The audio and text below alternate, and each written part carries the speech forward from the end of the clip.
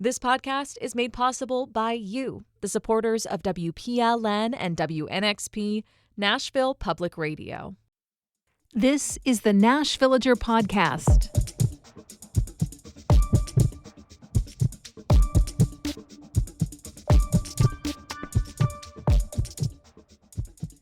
It's September 27th, 2024.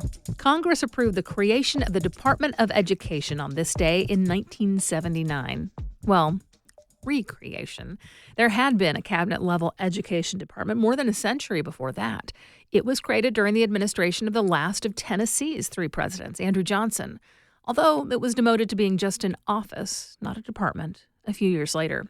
And it stuck around at that lower level of government authority until President Jimmy Carter suggested it was time to take school issues more seriously. I'm Nina Cardona, and this is your daily digest of what's happening around Middle Tennessee from Nashville Public Radio, WPLN News. The role and the importance of the Department of Education is a pretty relevant topic to Tennessee these days. Our state government has flirted pretty heavily in the last year or two with trying to divorce the state from federal education mandates. The idea that was floated right up to the start of this year's legislative session was to have the state refuse federal education funding as a way of getting more control over what happens in Tennessee schools. You see, a lot of federal mandates are set up so they apply specifically to state and local governments that get certain funding. If you don't take that money, you aren't covered by that mandate.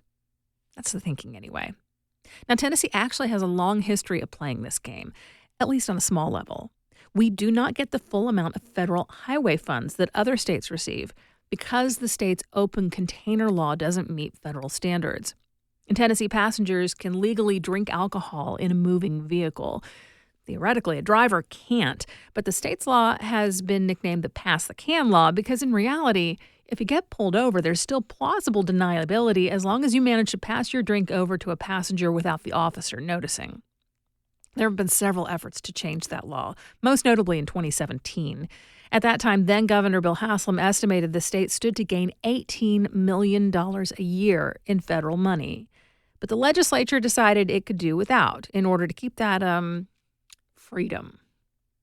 Anyway, that approach of doing without money from the feds in order to retain independence on matters where state leaders disagree with federal rules is coming to a head more recently in two areas: healthcare and schools.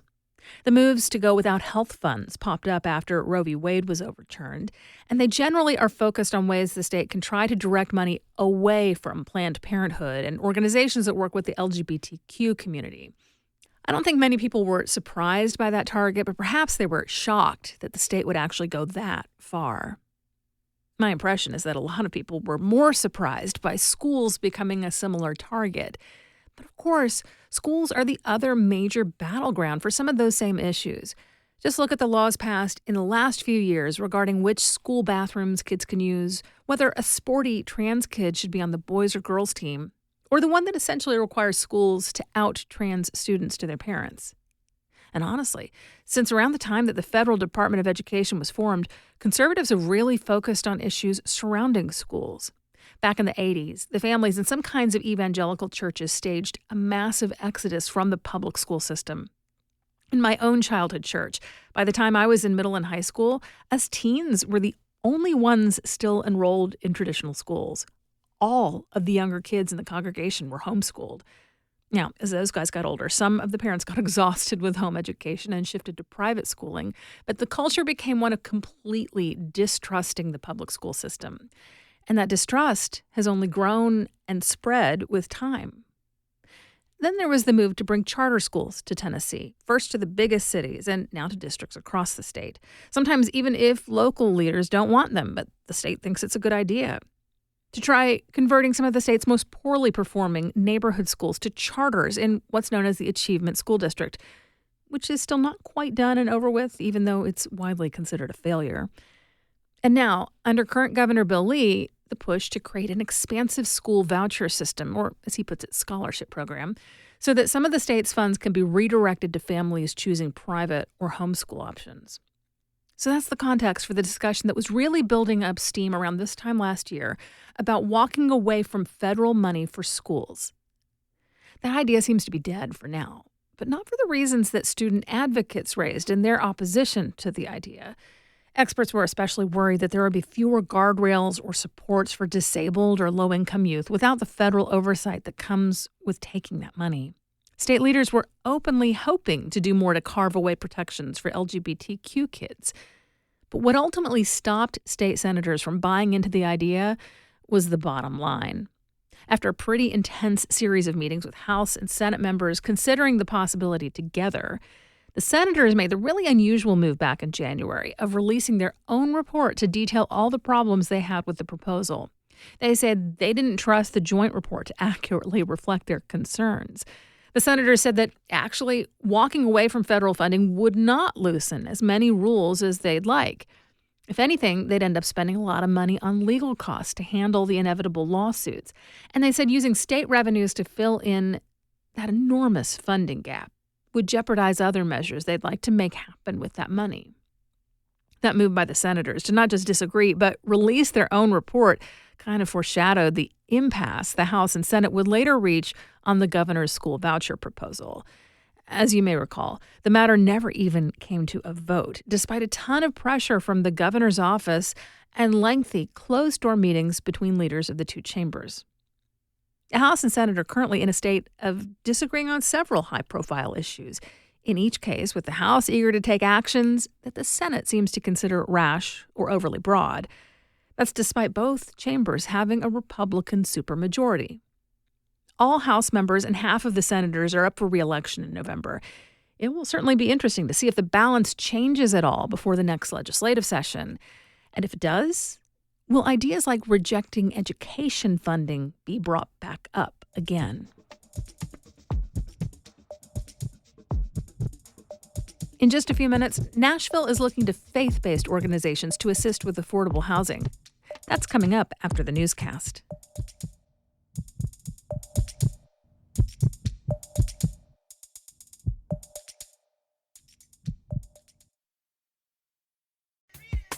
Nashville Public Radio is always here to keep you informed, whether it's the latest news or music you should check out.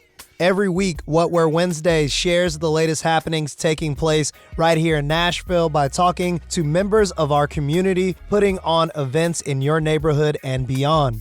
So tune in to What Were Wednesdays every Wednesday, and you can always find events at WNXP.org/events.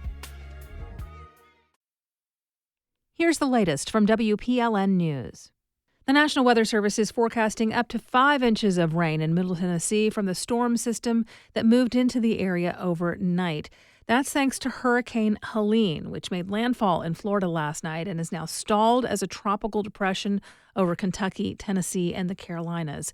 The U.S. Corps of Engineers says there's minimal concern for flooding of lakes or rivers in Middle Tennessee. However, low-lying areas and roadways could see flash flooding. Our area is under both flood watch and a wind advisory through tomorrow morning. Parts of East Tennessee, however, could see devastating rain. The National Oceanic and Atmospheric Administration warns that rainfall could total as much as 18 inches in some isolated spots, increasing the risk for life-threatening floods and landslides. The man who led the investigation into the Nashville District Attorney's practice of surveilling defense attorneys is calling for a special prosecutor to look into the investigation's findings. That's after Tennessee Attorney General Jonathan Skrmetti declined to bring charges against Nashville DA Glenn Funk. In a letter obtained by WPLN News, Skrmetti says that while he cannot prove Funk used the recordings improperly, he is troubled by the state's findings. Tennessee Comptroller Jason Mumpower tells News Channel 5 that AG Skrmetti's office isn't set up to take on criminal cases. There's absolutely no harm in recusing himself, asking for a district attorney pro tem, a special prosecutor, to go in, to look at the evidence, and then determine whether a prosecution is warranted. This isn't the first time that an AG has chosen not to pursue charges against Funk. In 2015, then Attorney General Herbert Slattery did not prosecute Funk for getting full-time benefits from the state while doing part-time work after Funk repaid the amount he received. Nashville's East Bank Scrapyard is heading to auction. The 45-acre riverfront site, which borders the interstate loop, has long been considered an eyesore for the city. Mayors and governors have tried for years to relocate the metal recycling yard to allow for redevelopment. Now, with the new Titan Stadium and East Bank development project in full swing nearby, the auction could offer a solution to the city's vision to revitalize the entire area. The Nashville Business Journal reports that the land's owner, Florida-based company Iacovone, fielded several credible offers earlier this summer. However, if bidding at the November auction does not reach a certain price, the scrapyard could remain unsold. A resident of Old Tent City says he'll take down his dwelling before the metro government demolishes it. Old Tent City is more than 40 years old and is home to over 100 unhoused Nashvillians. The city says 10 of the largest structures in the encampment are safety hazards, and it plans to demolish them this week. But Tyrese Payton, who built one of those structures, says he'll save the city the trouble. Payton says he's working with the nonprofit Open Table Nashville to find a new place to live. He tells WPLN's daily talk show, This is Nashville, that not everyone around him is willing to accept help. They don't know where to turn to, who to ask. Like me, I try to motivate them, influence them, but everybody all to themselves. Payton says he eventually wants to build a new home somewhere else. The Tennessee Valley Authority will not reach net zero emissions by 2050. WPLN's Caroline Eggers reports that's according to TVA's own long-term planning, released in a public document this week. TVA's long-term plan shows how it will get power through 2050. The utility gives various scenarios and strategies, and notably, none of them result in net zero emissions by mid-century. The reason, of course, is the fossil fuel build-out. TVA expects to keep burning methane at gas plants. Maggie Schober of the Southern Alliance for Clean Energy says that's because gas plants are a 30-year investment. So any new gas plants that they're building today or in the next 5 years will still need to be operating past 2050 in order to just make the money back that they spent on constructing the power plant. Under this new plan, the future of TVA is a lot cleaner and more efficient. But it's not fully clean. And it totally can be. 24 states have even mandated 100% carbon-free electricity by mid-century or sooner. To do this, TVA could stop building gas plants. And the utility could instead focus on renewables, batteries, cutting wasteful electricity use, and sharing with neighbors through transmission.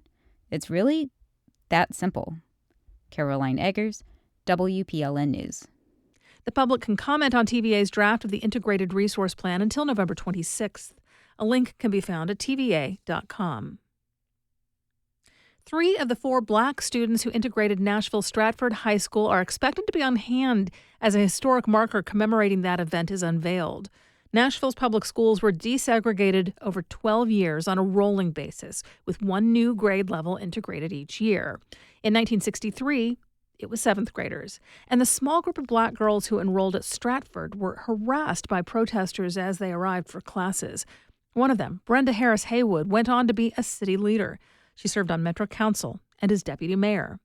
The ceremony had been planned for tonight, but has now been postponed a week due to Tropical Storm Helene.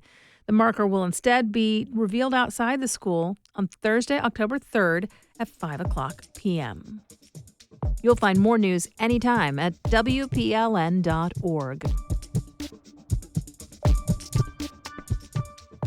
As Nashville seeks to expand its affordable housing supply, it is looking beyond to a prevalent but somewhat surprising type of landowner, faith-based organizations. Earlier this year, Metro won $5 million in federal funding to support housing. Now, WPLN Cynthia Abrams reports it is dedicating some of that money to help congregations turn their land holdings into affordable units. Just off Jefferson Street in North Nashville, 6 homes are so newly constructed that they still smell of fresh paint. Come on in. Complete with red doors, large windows, and new sidewalks, they're undeniably appealing to the average renter. This is the upstairs bedroom, but it is huge. Despite their amenities and fresh construction, these aren't your typical new builds. Rather, these 6 homes are affordable units. The price is capped thanks to a philanthropic effort. The nearby Clark United Methodist Church owns this land. Back in 2018, at the urging of the late Reverend Herbert Lester, they began taking steps towards developing the site. Our previous pastor, Reverend Dr. Herbert Lester, It was his vision and dream. Because of the gentrification that was happening in this area. That's Janice Woodard, the chair of the church's nonprofit development wing. He felt it necessary to do something so regular families could still live in this area. That vision is about to come to life. They're taking rental applications now. But that's not the whole story, because it's taken them 6 years of planning and building. We did run into some obstacles. That's where Metro wants to come in. Since Clark completed the homes, the city has made some reforms to improve the review and permitting processes. But they're also looking for ways to encourage more of this type of development.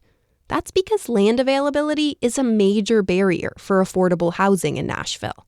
But Angie Hubbard, the director of Metro's housing division, says many faith-based organizations already own developable land. What we were hearing is there are congregations, faith institutes that are interested in using their land. Many are getting approached by private developers to sell it or lease it, and they're not quite sure if that's the right decision for them. So the city is creating a faith-based development institute. It will bring together churches, developers, architects, attorneys, all the key players in affordable housing. So we're building that middle piece of that pipeline to connect them. This means holding workshops to gauge the needs of organizations and providing guidance on how to navigate financing, permitting, the construction process.